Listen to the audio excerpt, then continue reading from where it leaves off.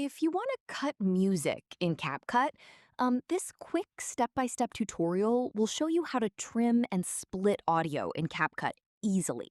First, open the CapCut app. After that, click on the New Video. Select Photo from your Photos app. After that, make sure nothing is selected on the timeline.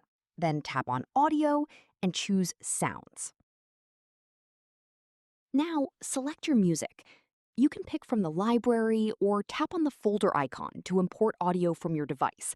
But I will extract from CapCut. Click on the Audion and Add button. Once added, your track will appear on the timeline.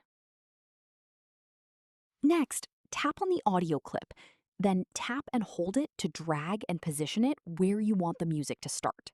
To trim audio in CapCut, use the handles at the beginning and end of the track. Just drag them to adjust where the music starts and ends. If you want to cut a specific part, place the playhead where you want the cut. Then tap on Split. This will divide the audio into sections. Now, select the unwanted part and tap Delete. You can repeat this to remove any section you don't need. Finally, if there's a gap, just drag the clips together to align them. So yeah, that's how you can cut, trim, and split music in CapCut quickly and edit your videos like a pro.